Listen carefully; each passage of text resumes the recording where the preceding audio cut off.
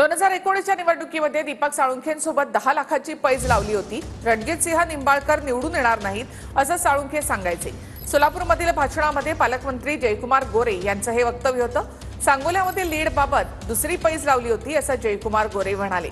तर 4 महिन्यांपूर्वी पोलीस मागे लागले होते, आता मागे पुढे करतात असं गोरे म्हणाले. लोकसभेला माझी पैज लागली होती. लोकसभेला आम्हाला बसा म्हणलं, तेवढ्यासाठी मी आठवण करून द्यायला एक नव्हे 2 पैजा लावल्या. 2 फोनवर सांगत होता रणजित दादा निवडून येणार नाही, आणि 2 वेळा 2 पैजा 5-5 लाखाच्या लावल्या. एकदा निवडून येणार नाही म्हणून पुन्हा सांगोल्याच्या लीडवर पैज लावली होती. आठवते का तुम्हाला? 2 पैजा लागल्या होत्या. त्यामुळं उधारी मागायसाठी तुम्हाला बसवलं इथं, तुम्हाला सांगतो. आणि आता इथं दोघं स्टेजवर आहेत बघा, दोघं घरी बसलं ते आहे. मी कायम सांगतो, मंत्री पदा एवढं अनिश्चित काही नसते. आज पोलीस गाड्यान पोलीस माझ्या पुढे उभी होती. 3 महिन्यापूर्वी 4 महिन्यापूर्वी माझ्या मागे पळत होती गाड्या घेऊन मला शोधायला.